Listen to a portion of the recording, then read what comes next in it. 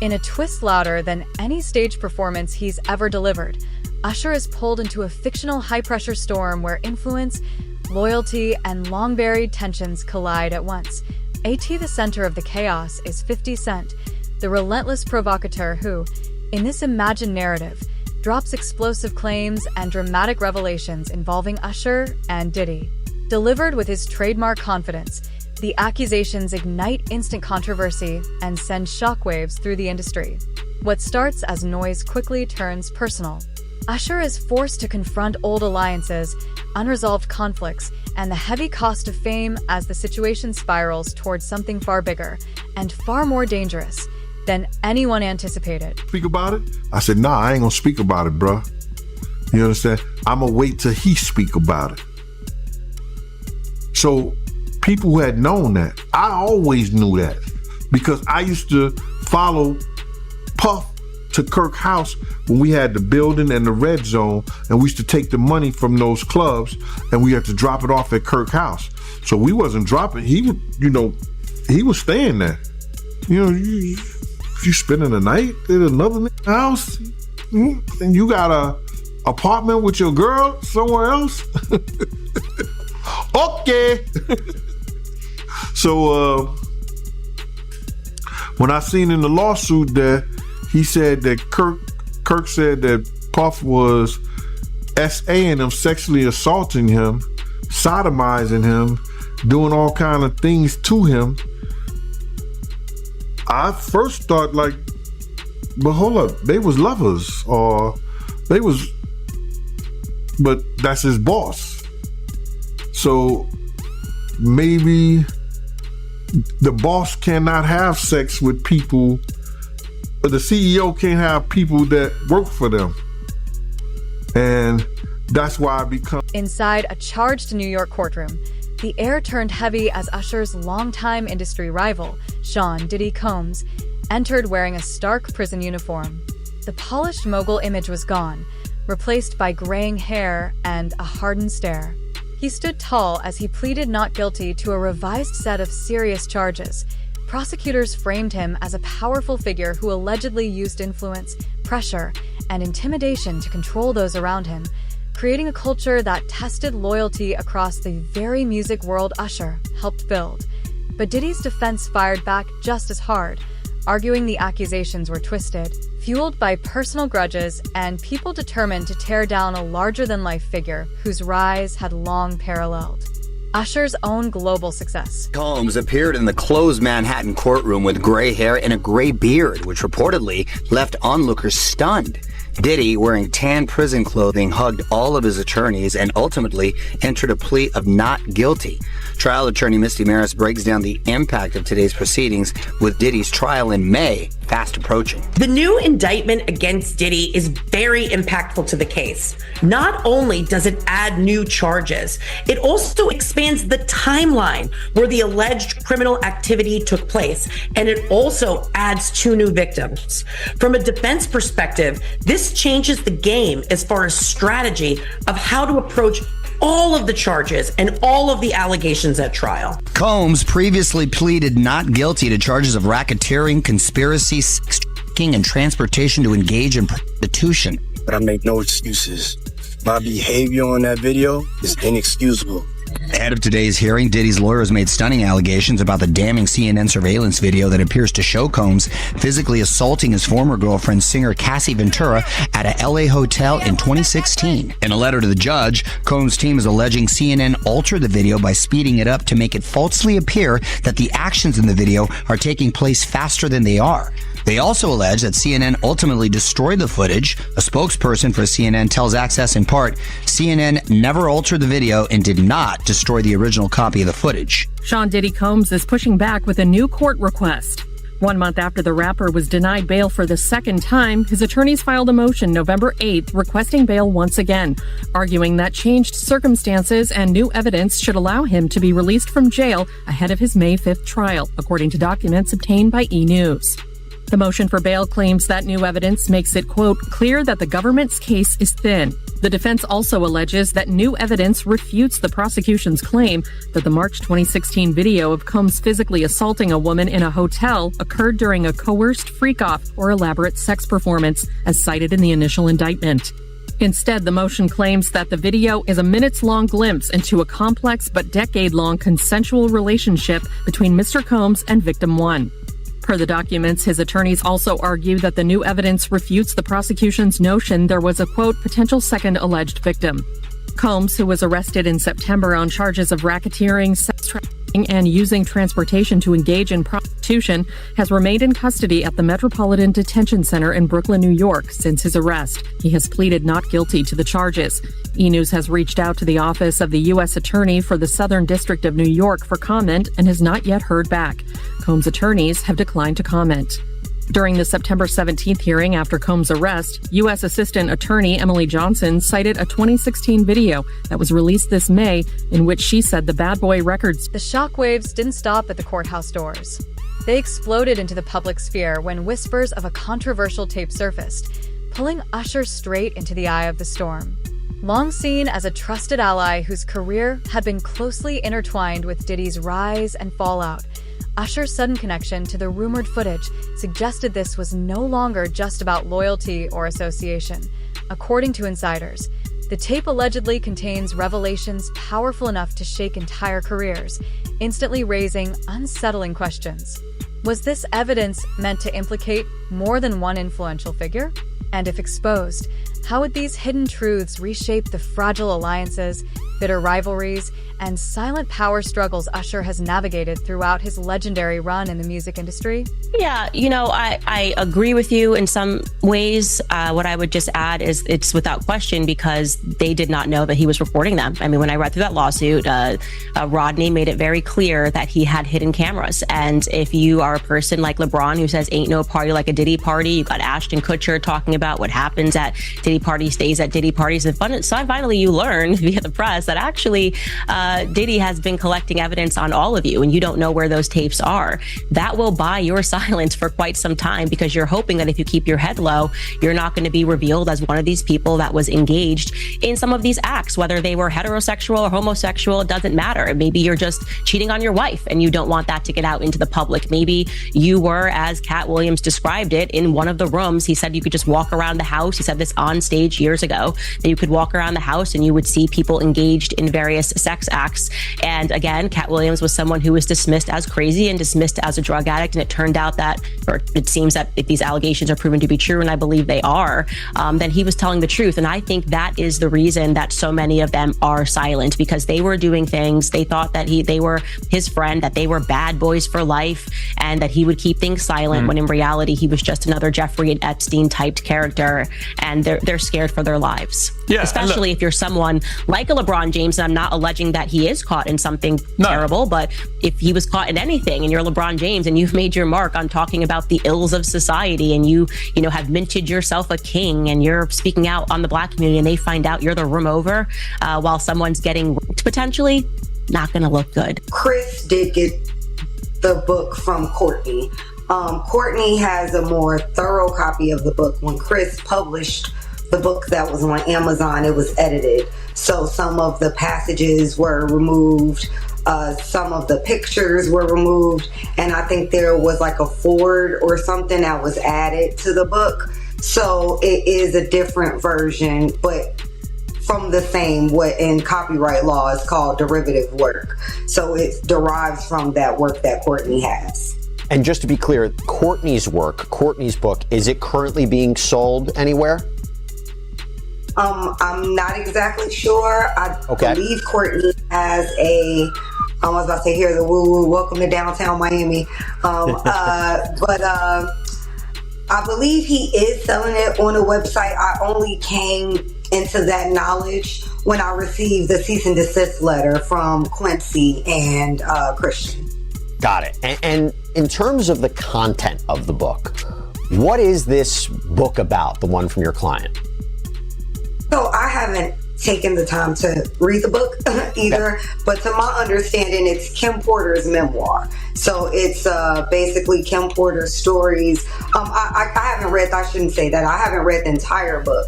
I have read several excerpts from the book, several pages from the book. I haven't had time to sit down and read it in its entirety. But to my understanding, it purports to be from Kim Porter about... As the case pressed on, the tension in the courtroom became almost unbearable.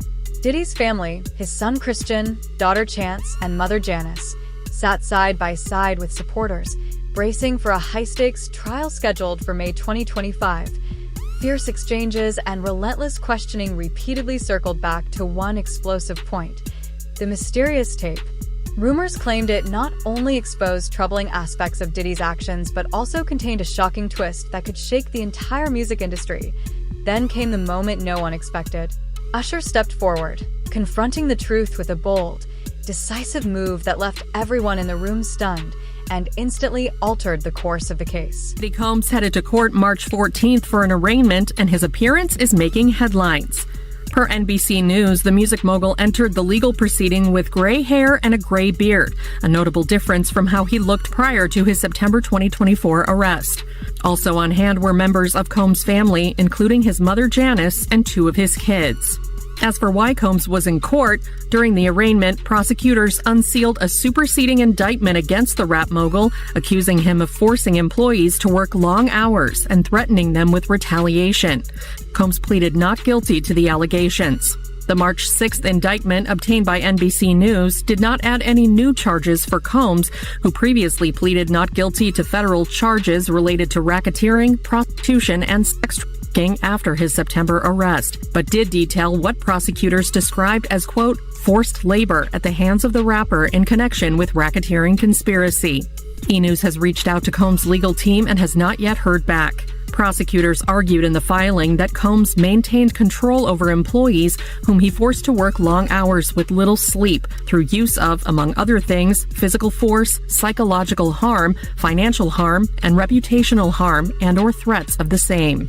The document, which replaces the previously filed indictment to include more information regarding the case, said that Combs' alleged tactics caused these employees to believe they would be harmed, including losing their jobs if they did not comply. According to a report by CNN, jurors on Thursday were expected to hear from a witness who claimed he was allegedly in possession of videos that contained footage of celebs being potentially victimized by the Bad Boy Records founder.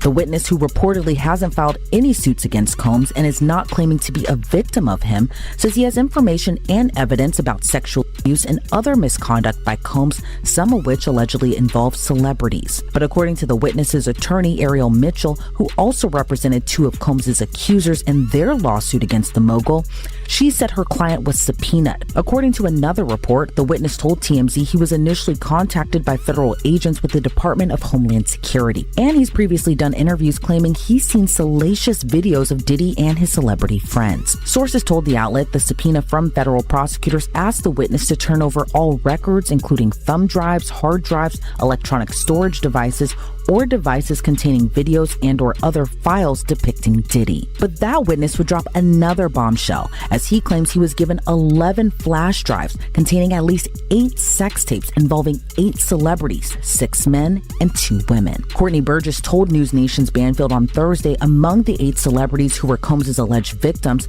about 2 to 3 appeared to be minors. Burgess told Ashley Banfield in an interview with his attorney Ariel Mitchell, every single celebrity appeared to be under the influence. Usher, who once reflected on the wild parties and overwhelming moments he faced as a young teen living in Diddy's home back in 1994, now find himself pulled straight into the eye of a rapidly escalating storm fueled by newly surfaced evidence.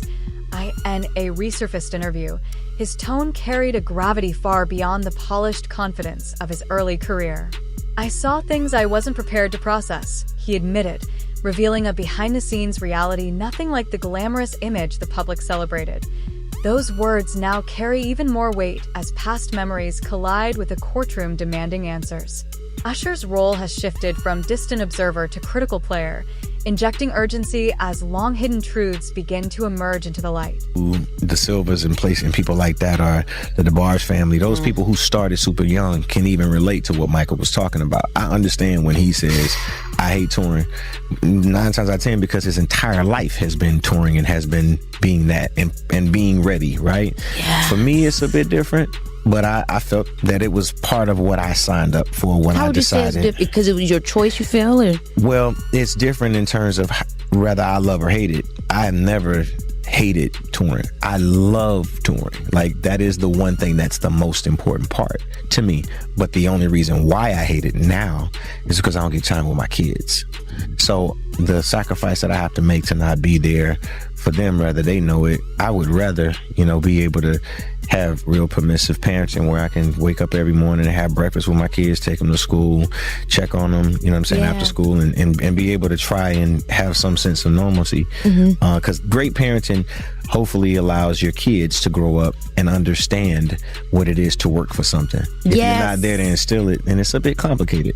So I hate that I don't get a chance to have that part. I love being able to perform. That's the most important thing that I said I would do when I didn't have kids. Moment I had kids, it's like, I don't really like being out there all the time. So I try to make the most of it when I do it.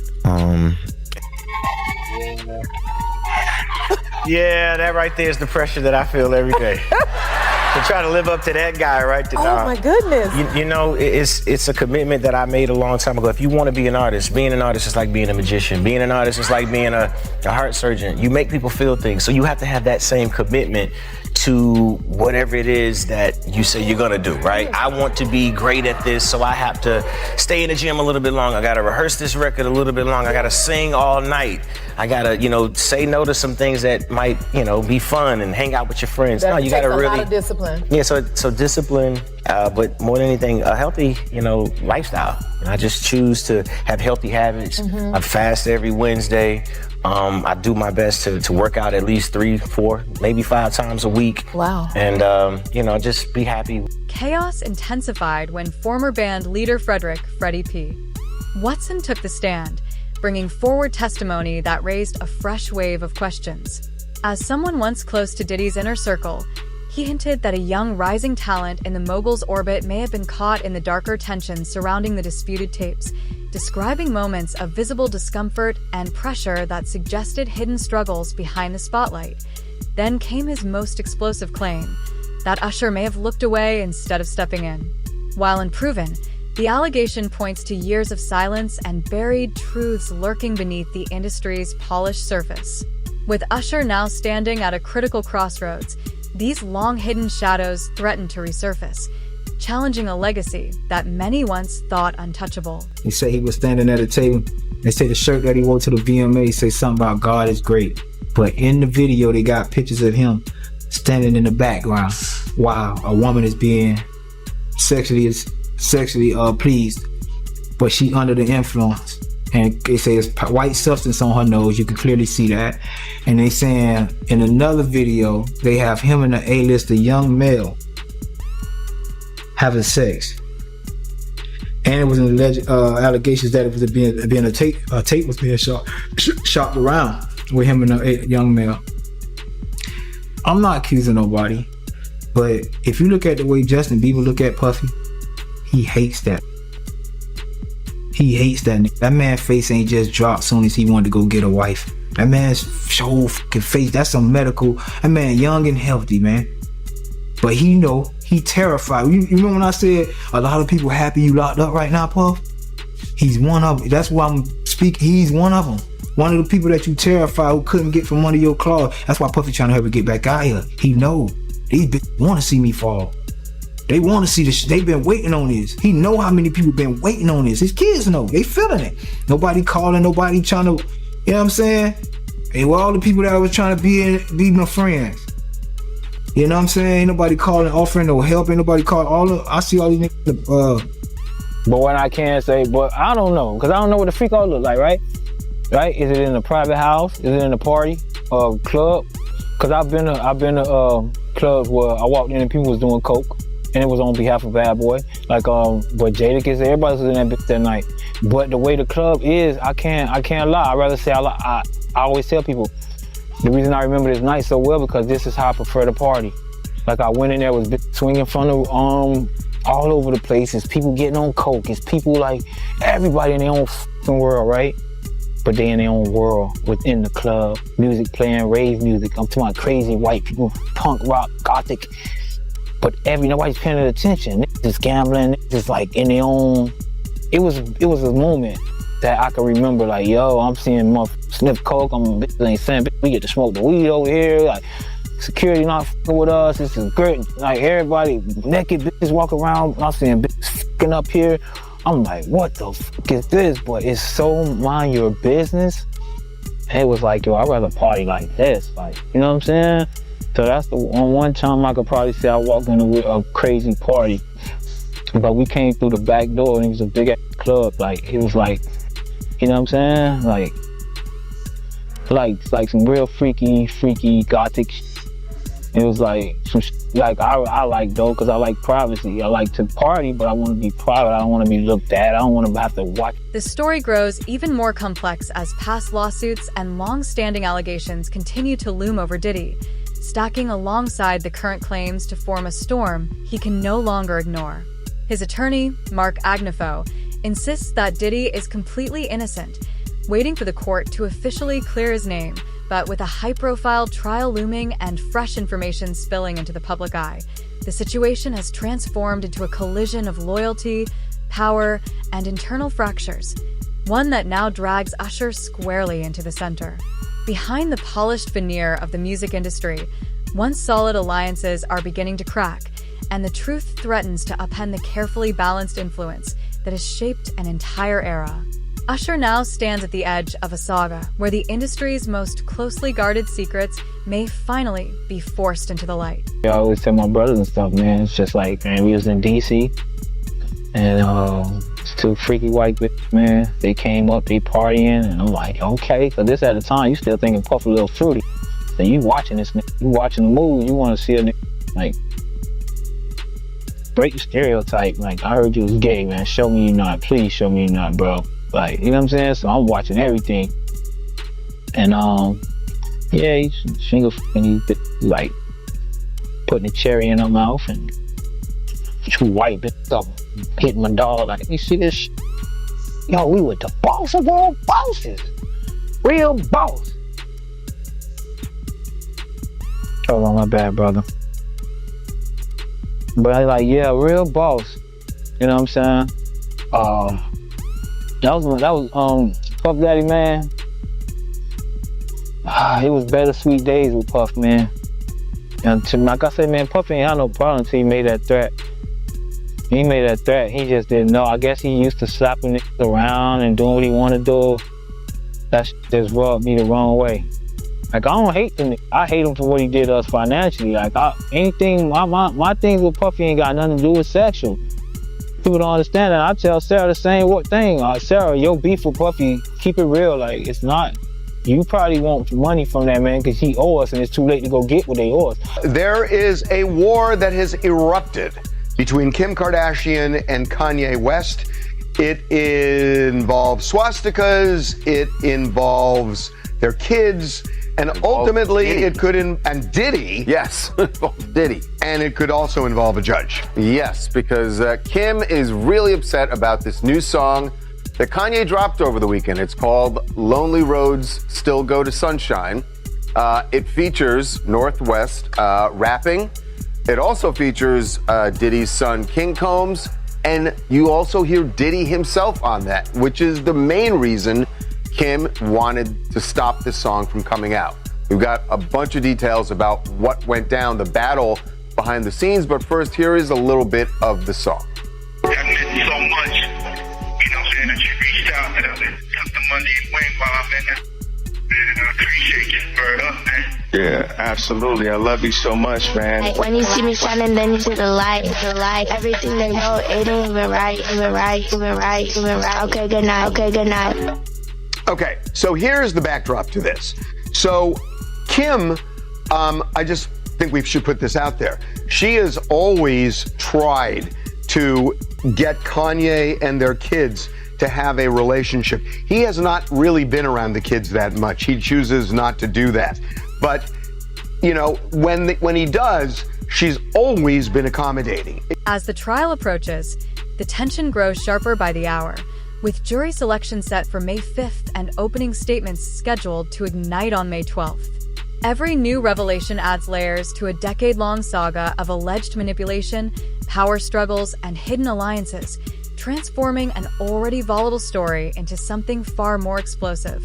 At the center of this storm sits one moment the entire industry cannot ignore: Usher's decisive entrance into the courtroom.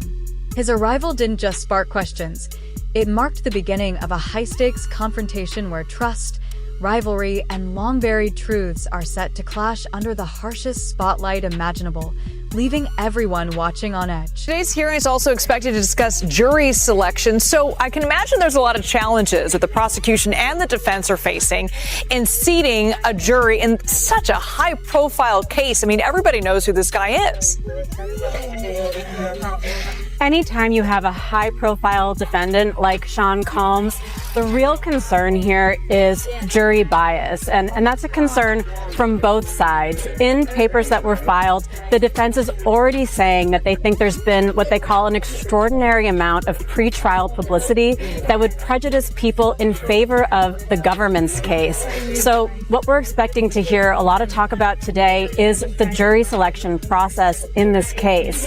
The defense wants to have two different groups of 300 people brought into the court, fill out extensive questionnaires, and then whittle people down based on that and bring the final selected people in for individual oral questioning. The government thinks that process is too cumbersome. They want this to be an oral process in court, or if they have a questionnaire, something just more logistical that will help narrow the pool. But we're already seeing in these filings how difficult the selection in a case like this is for a high-profile. Usher's bold step into the heart of this escalating firestorm doesn't just test the limits of influence and celebrity. It forces a reckoning with the consequences of exposing what was never meant to see the light of day. In an industry where hidden actions can make or break careers and long-buried truths can spark chaos, every move carries weight. The intense saga, interview, surrounding Diddy, Usher, and the fiercely disputed tape has now evolved into a defining showdown.